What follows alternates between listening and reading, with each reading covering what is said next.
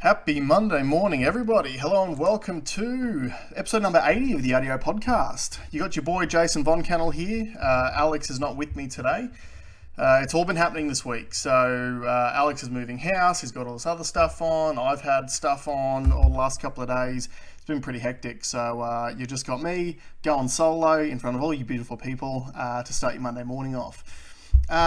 Now, I'm going to do things a little bit differently today. I've just got to sort of maybe cut this one into chunks and then tie it all together. So hopefully it all comes out all right for you. The main things I want to go through today, just updates on a few things. So obviously I want to start with updates on my wife's pregnancy. There's been a lot going on with that over the last week. I want to talk about the worldwide protests, so particularly the Canadian Freedom Convoy. Obviously, we've got the convoy to Canberra now as well. There's a lot going on there and a lot to sort of, I guess, dig into a little bit. Just a couple of examples of some COVID restrictions that are the sort of ridiculous things which, people are already sort of at, 7 or 8 out of 10 as far as stress level goes, and then are just getting pushed over that edge with this dumb shit that we just continue to do. And then just a story to sort of keep a bit of an eye on in Conspiracy Corner, which is there's been a lot of news just around HIV lately, and there's been a bit of a link to COVID made, which again is going to sound a little bit out there for a lot of you. I'm not going to get hugely into it, but there's just a few things I want to sort of point your attention to, because it's pretty full on. So let's get into it. I just want to start with this. So, as far as the pregnancy goes, Amanda and I, we actually got some really, really good news during the week. So, for those of you who listened to the podcast last week, on Friday, Amanda was diagnosed with a disease called CMV, which is cytomegalovirus, which for adults is perfectly fine, just pretty much gives you cold and flu-like symptoms, just like everything else does at the moment. But for pregnant women, it can actually cause really bad issues with like birth defects for the baby. The main way that works is that cytomegalovirus can actually stop cells from replicating. So obviously if your baby's still developing things like organs or, limbs, it can cause some real issues. So anyway, we got that diagnosis on Friday last week, and we had a pretty full-on few days because Amanda was only booked in on Wednesday the week after to actually get another ultrasound and some more tests done. Now, the great news is the ultrasound was about as good as we could hope for. So a massive weight off our shoulders. Baby's really well developed. All the bits and pieces look like they're in the right place. He was already 3.5 kilos at just under 36 weeks. So for most non-parents out there, I think most mothers would be very, very happy to have a 3.5 kilo baby at full term. So obviously he's a big boy, which actually really, really helps when it comes to this CMV diagnosis, which is good. There is a really small chance of some ongoing hearing loss, but it's like they're saying 2 to 3% chance. So really, really positive results from that. Unfortunately, she has also been diagnosed with this particular issue called cholestasis. Now, this is something that she sort of known, or she knew that something else was wrong. So this is going to be a bit of a shout out and a bit of an appreciation post for my wife. She's an absolute trooper. For a lot of women, pregnancy is a wonderful time, and a lot of women actually feel better than they've ever felt. So like my mum, for example, when she was pregnant with us boys, so prior to getting pregnant with my brother, she had really bad acne, and when she got pregnant, the hormone changes actually helped that acne go away. And she had energy the whole time. She didn't really get morning sickness. She had really easy childbirths. Like everything was great as far as my mum's experience of pregnancy. And a lot of women are very much the same. Now, for some reason or another, whether it's genetic or whether it's whatever the factors are that are involved, pregnancy can cause a lot of issues for a lot of people. And unfortunately for my wife, who's an extremely healthy person, she does everything right. And that was our really big frustration about the CMV diagnosis. She does everything right. Doesn't drink alcohol, doesn't smoke, doesn't take any drugs, gets horrendous morning sickness, doesn't take any of the morning sickness medication because some of that has been linked to birth defects as well. doesn't even take Panadol and or ibuprofen or anything like that if she's got headaches or anything, just purely because everything that she does is about trying to do the right thing by our child. Avoids all the bad foods that you're not supposed to eat whilst you're pregnant, even though they're all the best foods. Literally does everything. So that's where we're frustrated about the CMV, is if we were told for her to avoid the urine and the saliva from our toddler, then she would have done that as well. But that's too late now. But the fortunate thing is that as far as the CMV diagnosis goes, it looks like everything's very positive and any issues should be fairly minor. However, she has been complaining over the last month of being really, really itchy, and unfortunately she has been diagnosed with this thing called cholestasis. So what is cholestasis? Cholestasis is a liver disease. It occurs when the flow of bile from your liver is reduced or blocked. Bile is fluid produced by your liver that aids in the digestion of food, especially fats. When bile flow is altered, it can lead to a buildup of bilirubin. Bilirubin is a pigment produced by your liver and excreted from your body via bile. Anyway, I won't go into too much of that, just top stuff up there, but if we scroll down here, so cholestasis of pregnancy. So intrahepatic cholestasis of pregnancy, also called obstetric cholestasis, is estimated to occur in 1 to 2 pregnancies per 1,000 in the United States. And that sort of 1 in 1,000 is the statistics that she was given by our doctors as well. So obviously pretty unlucky for her to have developed this. The most common symptom of obstetric cholestasis is itching without a rash. So that was the symptom that Amanda has had and been complaining about for about a month. It's crazy because this is caused by the buildup of bile acids in the blood. So think about that for a second. She's itching all over because she's literally got acid inside her blood. So scratching does nothing to alleviate the itch. It's just been so full on for her. So the itching generally occurs in the last trimester of pregnancy. That's totally correct in our case. Can also be accompanied by jaundice, pale stools, dark urine, abdominal pain, nausea. Now she's had some of those other symptoms as well. So anyway, where are we at now? So baby's about 36 weeks. Baby's super healthy, super happy. Amanda now has to get tests done every 2 days. So we're originally booked in to have a C-section on the 3rd of March. It looks like they're going to bring that forwards now. How far forwards is sort of up for debate at the moment. But essentially, she'll be in there on Monday morning getting more tests done, and she'll be back in every 2 days testing these like bile levels. And she's on some medication for it now, which they've prescribed to her, which will hopefully improve things. I think the 24th of February now is the latest that that we could be bringing him into the world, but it may actually be sooner than that. So if they see something on this subsequent testing that they don't like, there's every chance that they might actually just pull him out on the day. So they basically said to us, every time she comes in, make sure you pack a bag because you might not be going home without a baby. So who knows? Maybe by next week's podcast, I might have an extra member of the family. We'll never know. We'll find out obviously during the week. But yeah. So look, massive shout out to my wife. It is honestly amazing how much tolerance for pain and discomfort she has. Honestly, I think most blokes just couldn't even do most of this stuff. Like, most blokes can't go 9 months without drinking booze for a start. Like, that's one of the smallest things, right? And that's me included. Like, I've literally got a beer here while I'm recording this. Like, we'd struggle with that. Then you struggle with the food thing. And then you throw in, months and months of morning sickness. But it's not just in the morning, it's all day. Nausea, being uncomfortable. Most pregnant women know, like when you put on all the extra weight, having to lift that around with you every single day, the most menial tasks become so difficult. She never complains. She just does everything right. So this is a massive shout out to my wife. I love you. I'm extremely fortunate to have you. And hey, happy Valentine's Day is coming up this week too. So hey, men out there, anyone who's got kids, go and give your wife a kiss and a cuddle because they absolutely deserve it. Alrighty, moving on. Let's go to topic number 2. So topic number 2 is the worldwide protests. So obviously the freedom convoys in Canada and in Canberra. There's protests going on around all over the planet at the moment, protesting against the vaccine mandates. The vast majority of these are anti-mandate protests.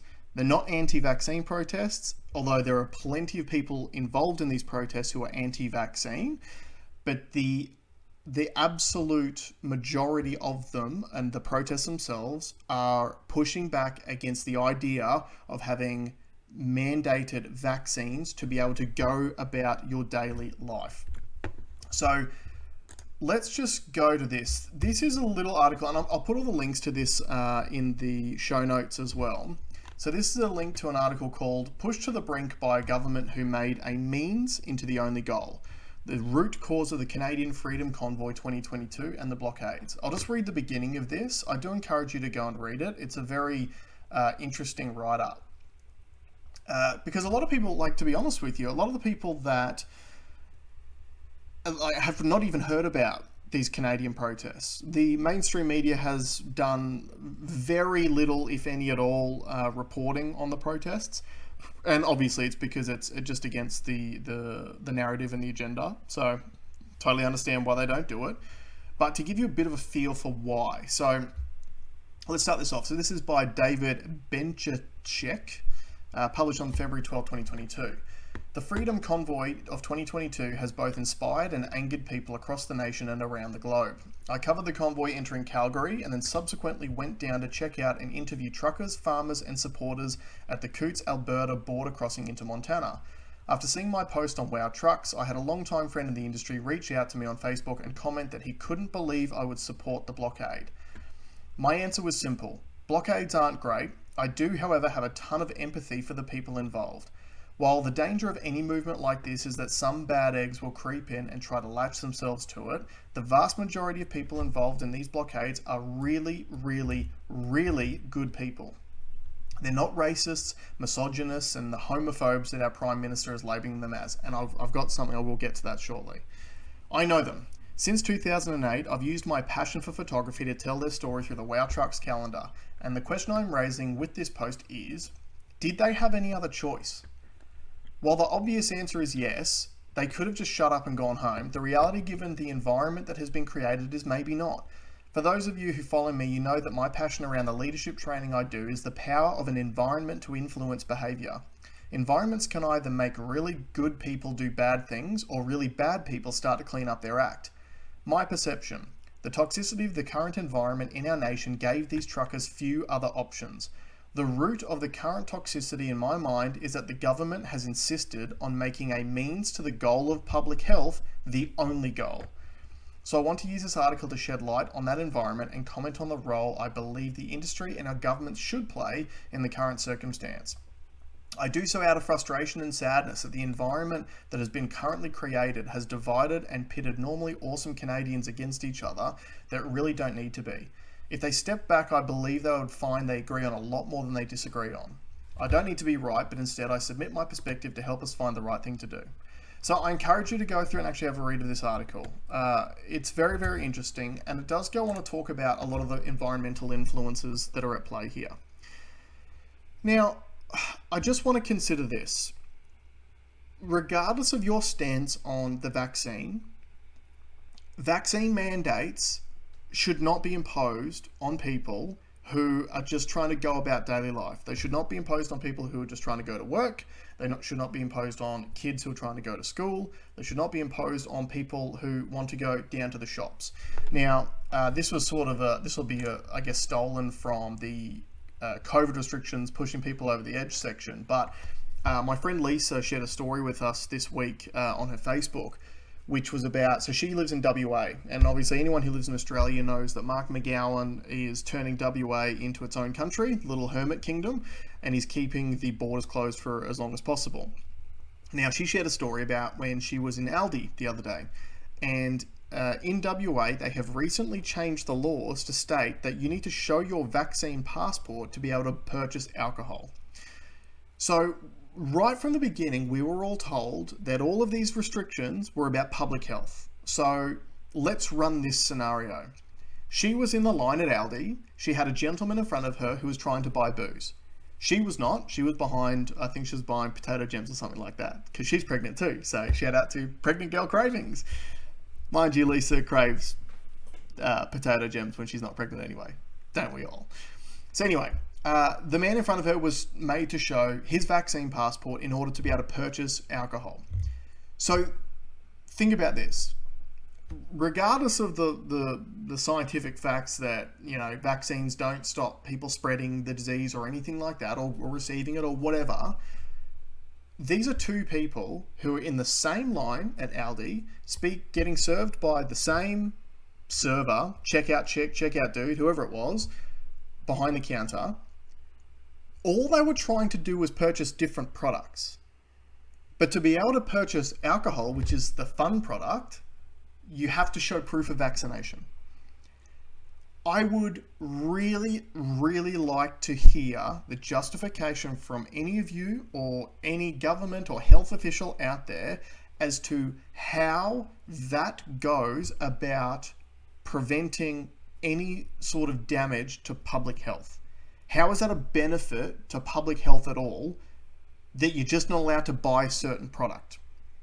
Now, you also have to consider the fact that, you know, Australia's economy is fucked at the moment because we have not been able to just go out, freely move like we normally do. The international borders have been closed for so long. So every single business that relies on selling alcohol, or any product for that measure, has been struggling for the last 2 years. And now you've got these rules that, in my head, and maybe I'm wrong, please correct me if I am, but the only logical conclusion to come to about these rules is that they are trying to punish the unvaccinated and make life difficult for them or less enjoyable, so they will get pushed to a point where they will just finally relent and they'll go and take the jab. Now, at this stage of the pandemic too, where it looks like the Omicron surge is just about over, all the proper numbers are tracking the right way, hospitalizations going downhill, deaths going downhill. We should stop talking about cases. We should have stopped talking about cases months ago, but there are, you know, the media's still going to do what the media does. But everything's tracking the right direction, and yet we're still making these sorts of nonsensical restrictions on people. And funnily enough, in Canada at the moment, there's stories coming out about the same sort of thing, where they've actually got employees tailing members of the public through stores to make sure they don't go to certain sections. So let's say, for example, you walk into a Canadian grocery store that does sell alcohol as well. You show your vaccine passport. If you aren't vaccinated, they will actually have someone escort you around the store to make sure you don't go into any of the restricted sections, like the purchasing alcohol or, you know, anything fun section. It's bonkers. It's absolutely bonkers. It needs to stop. And I think it's these sorts of things that really go towards explaining why people are protesting around the world.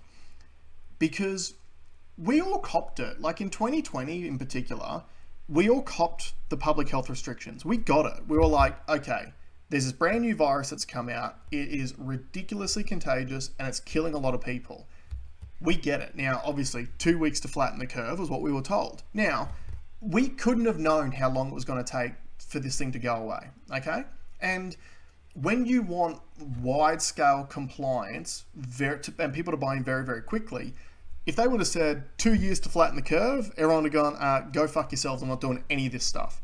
But 2 weeks is almost palatable. So if you go back to even November 2020, one of our podcasts, I talked about drip feeding, how they've drip fed in all of these different restrictions and all of the different messaging that has now gotten us to this point where now, unless you're vaccinated, you're not allowed to buy alcohol. And pretty soon, because Atagi updated their advice on how to be up to date, which I'll get into in a moment as well, pretty soon, most people who've had 2 jabs in certain states will also be treated exactly the same as the unvaccinated.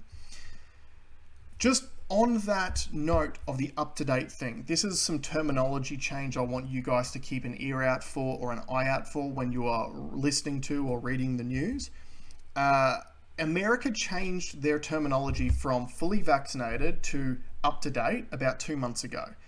And the reason for this, of course, is because everyone has realized how stupid it is to say that, yeah, you got your 2 jabs, great news, you're fully vaccinated, until 3 months after your 2nd jab when you're no longer fully vaccinated. So now you have to go and get your booster to be classed as fully vaccinated. Everyone's seeing through that. So, again, this isn't a scientific or a health change. This is a sales pitch. So as a salesperson, we know every word is a weapon. Every word's a weapon and can either be used for you or against you. So the term fully vaccinated, which worked for them when it was only based on the 2 jabs, it worked for them back then. Now that you need to get your booster and potentially subsequent boosters after that, the term fully vaccinated is being used against them because it's ridiculous. So ATAGI is the first Australian body to then go and use this new terminology out of the United States to make sure people are up to date with their vaccinations.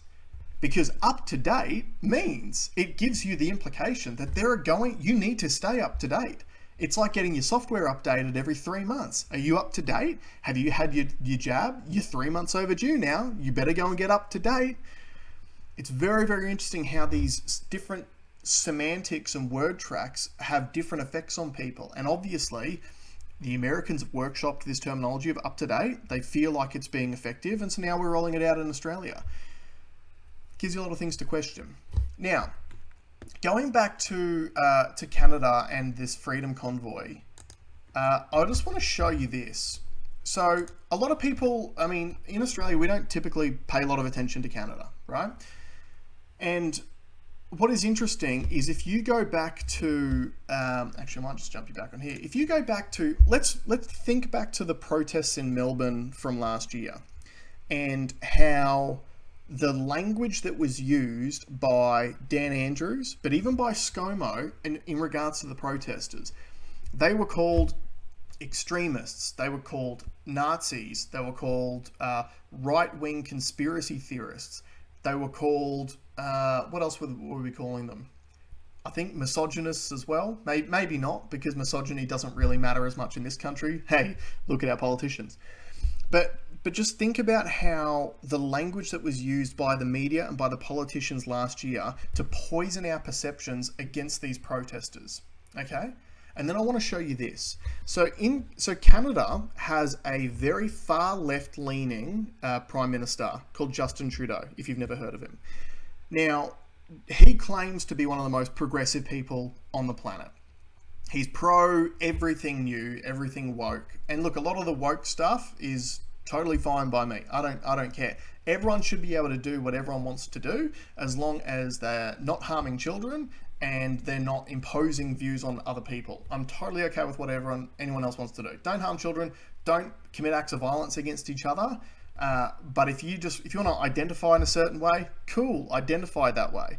Just don't make it a law that everyone else has to refer to you in that manner. Otherwise, they get in trouble because, hey, we might not know, we might not walk in those circles, whatever. But at the end of the day, I think everyone should be treated with respect. But that's a two-way street, and that's got to come from politicians as well as from the people. Now, let's have a look at this. So when you're wondering why people might be behaving the way they are and be so upset to the point where they've started these freedom convoys, let me show you this little speech. So I'll put this link in the show notes as well. So basically, there was an interview that Justin Trudeau was doing on TV. And for those of you that are just following along by audio, I'm just going to read the subtitles to you. So there's a little clip here. But listen to what the language that Justin Trudeau uses to describe the people in the Canadian Freedom Convoy. Yes, we will emerge from this pandemic through vaccination. We know people who are still making up their minds, and we will try to convince them. But there are also people who are vehemently opposed to vaccination. These are the extremists who do not believe in science, who are often misogynists, often racist too. It is a sect, a small group, but who are taking up space. And here we have to make a choice as a leader, as a country. Do we tolerate these people, or do we say, let's see, because most people, 80% of Quebecers did the right thing. That is, they got vaccinated. We want to get back to the things we like doing. And these people who are not going to block us now. So let's just stew on that for a little bit. Racists, misogynists, are we going to tolerate these people? For a leftist progressive person, that sort of language is terrifying if they're running a country. Because, and there's other quotes too, which I won't bring up on here, but there's other quotes about how these Canadian truckers hold views, which I can't remember the exact terminology that he used. I think it was unacceptable views. A society is allowed to have differing opinions. Absolutely. You know, that's why we have democracy, because what is democracy? Democracy is when you get a whole bunch of people together who are all different, and you try to have the decisions made by the collective group. So you get everyone together and you ask them the questions and you go, what do you think we should do about this? And they get together in the best way they possibly can. The majority says, let's go this way. And then we go, okay, cool, let's live with that. Let's do that. So why do you think people are upset enough to protest? That is the same language that was used by Dan Andrews last year. It's the same language that was used by ScoMo. It's the same language that is echoed throughout the world. And what it's designed to do is to discredit and dehumanize protesters in the eyes of the people who are watching this media. And that's a scary thought, because the first step towards absolute tyranny is dehumanizing people to the majority of the group. Because at the end of the day, the thing that everyone needs to remember, the only way that governments have any power at all is if the people follow what they say. So how do you get people to follow you? Well, generally the easiest way to do it is to feed them the narrative that the people who are saying things against your agenda or against your narrative are all the buzzwords. They're racist, they're misogynist, they're a fringe group. They're a small sect, like they try to make the number seem smaller. And we will see that over this weekend, because in Canberra, we've got the Convoy to Canberra at the moment.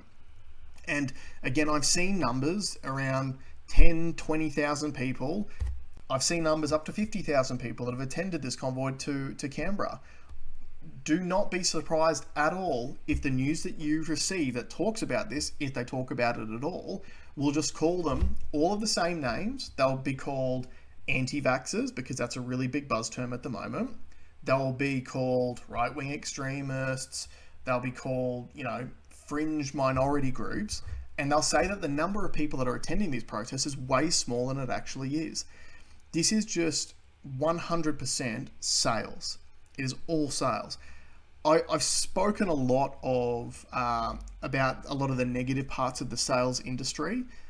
But the one thing that I will say for anyone, if you're a young person and you are considering what to do with your life, honestly, if you don't know, go and jump in and sell something for 2 years.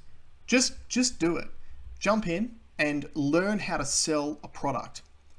Because that sales skill, if you can sell a car, you can sell a house, you can sell a boat, you can sell a medical apartheid. They are the same tools. It's all about reading people. It's all about manipulating people. It's all about language. They're the exact same tools. So I would suggest to anyone, if you don't know what you want to do for the rest of your life, that's totally cool. Go and get yourself a base and a grounding in the sales world, because what you'll find remarkable is when you've done that and then you watch an address on the TV from a government employee, like a premier or ScoMo or someone else from the government, or if you see a news story and how it's written, you'll realize that all this is a sales pitch. That's all it comes down to. And when you look at that sort of language that's being used by Trudeau, let's not forget the fact that Justin Trudeau has been caught out many times in the past for using blackface. So for a guy who wants to call everyone racist and misogynist and all that sort of thing, this guy, I'm pretty sure he's done blackface like multiple times. Let's see if we can find it. What have we got here?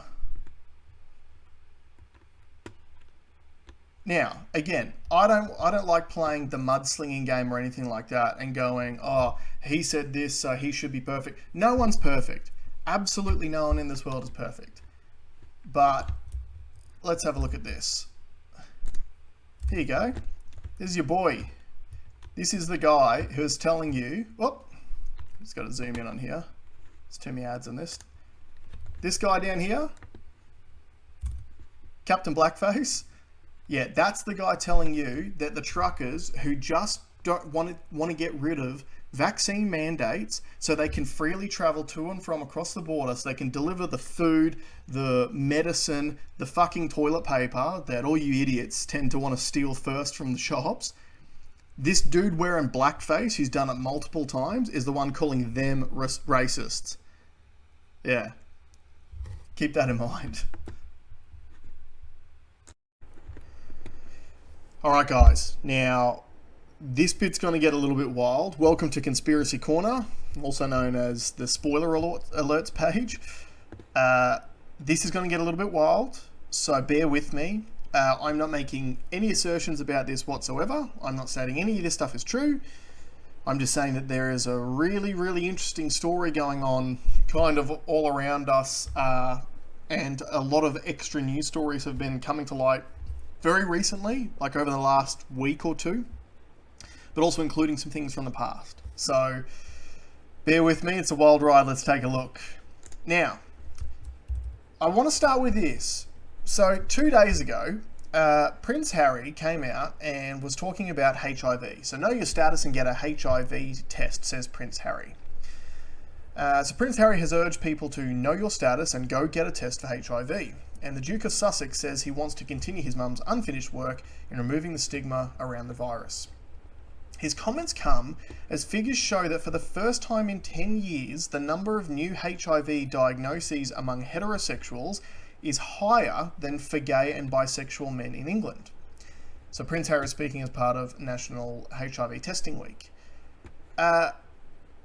This is interesting, right? So this story here, same thing. More straight than gay people are being diagnosed with HIV for the first time in a decade. So this is the same sort of story out of the UK.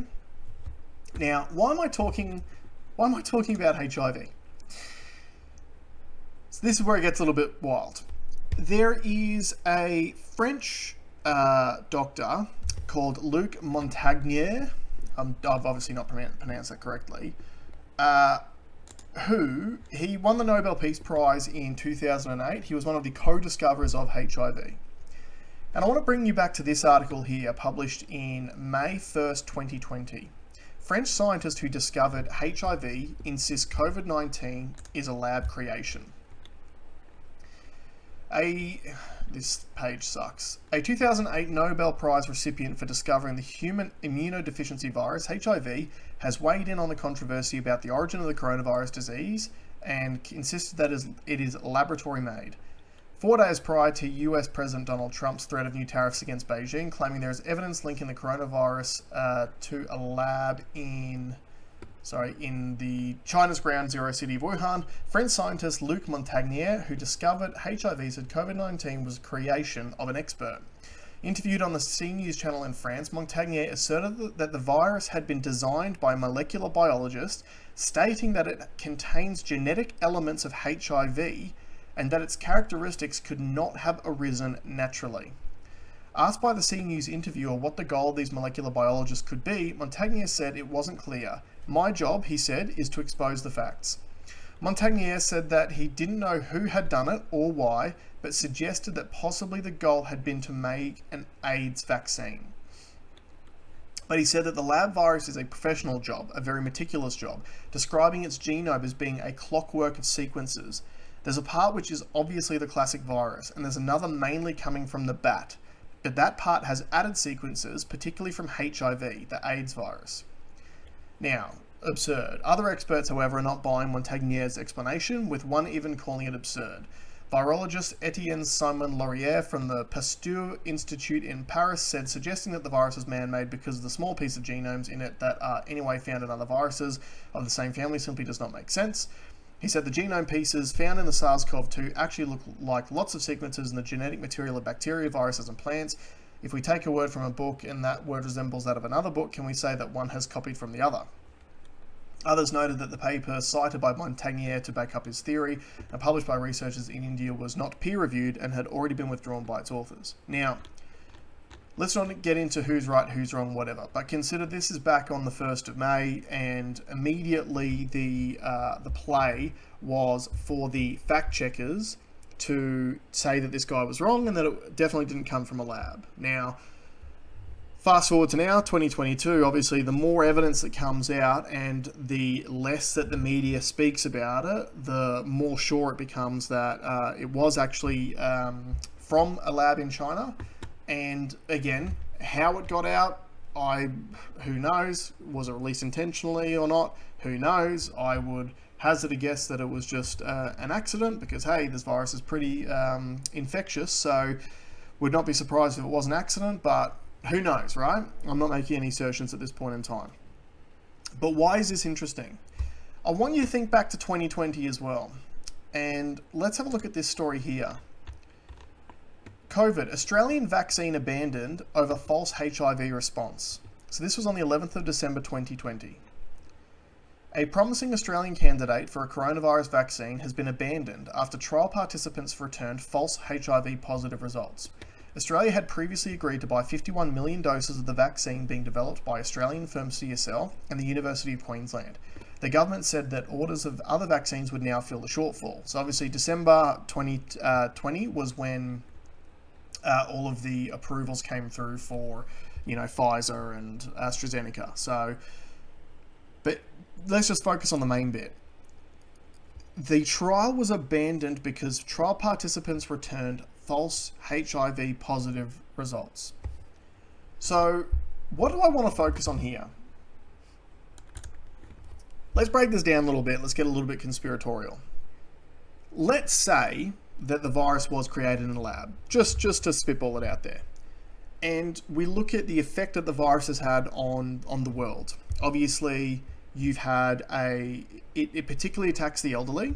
So if you were thinking that there was some sort of aging population issue, the virus could potentially assist you in removing that issue. That is one thing.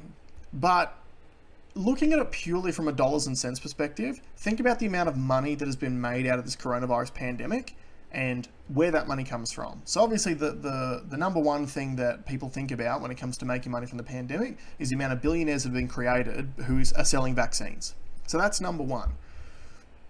But there's been a lot more to it. Testing companies have made an absolute bucket load.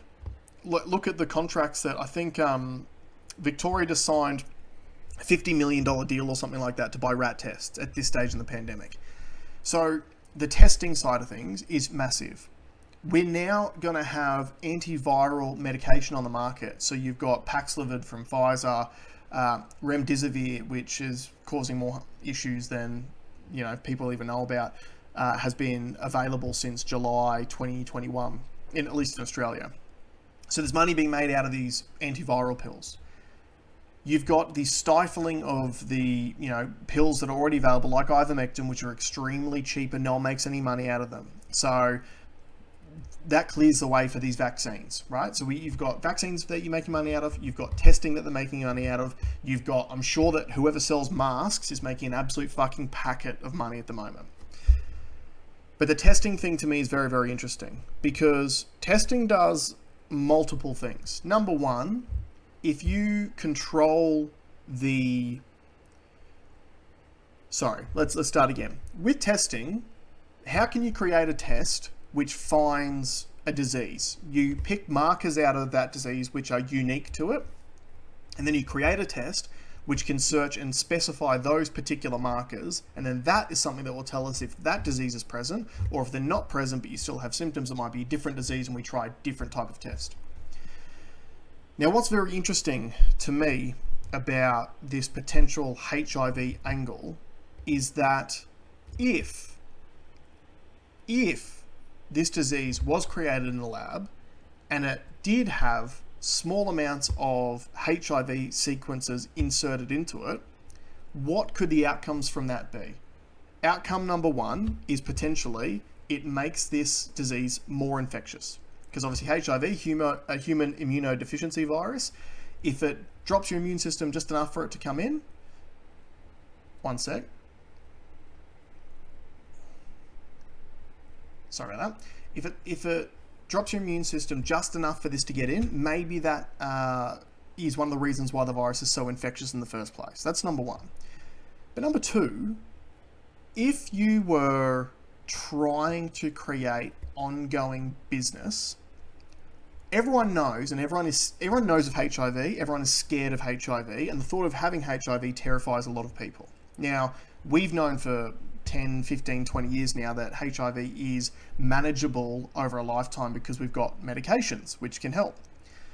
So what if you could create a virus which would spread through the entire of the globe's population, which has a small amount of these HIV markers in it, and then you could create a test which specifically targets those markers only, whether people were sick or not, you could get a positive diagnosis, and perhaps you could get a justification for people to be then put on medication to treat these cases forever. That's Conspiracy Corner. Now, just to finish up this particular section, what is very interesting is that this particular French scientist, Luc Montagnier, dies at 89 2 days ago, on Friday the 11th of February. So French researcher Luc Montagnier, who won a Nobel Peace Prize in 2008 for discovering the virus behind AIDS and more recently spread, in quotation marks, false claims about the coronavirus, has died at age 89, local government officials in France say. He died on Tuesday local time at the American Hospital of Paris in, not even going to attempt to pronounce that, a western suburb of the city. The area's city hall said. No other details have been released, so we don't know what his cause of death was. And look, he's 89 years old. 89-year-old people die all the time. So I'm not making any insinuations about this at all. The only reason why I bring this up is I think it is ridiculously interesting. I think that given the amounts of things that we were told were just fake news, misinformation, things like the lab leak, things like once you're vaccinated, you can't get the virus or spread it, all those things right from the beginning. This entire situation has been so fucking wild that it would not surprise me at all if this HIV element to it was reasonably accurate or relevant. And I just want you guys to keep your ears to the ground, because I hazard a guess, if this is correct at all, you will start seeing more and more stories filtered through your news cycle in regards to HIV, and perhaps this is the next stepping stone out of the COVID pandemic into the HIV AIDS epidemic, the next fear campaign. Who fucking knows? I really hope I'm wrong, and I really hope they're not talking about this stuff at all, because it's terrifying for a lot of people. But that's Conspiracy Corner for you. That is the podcast for you. Thanks very much for joining me, guys. Alex will be back on deck next week. Hopefully I will be. If I'm not, it's probably because I've got a new little kitty. So stay safe, guys, and I'll see you next RDO.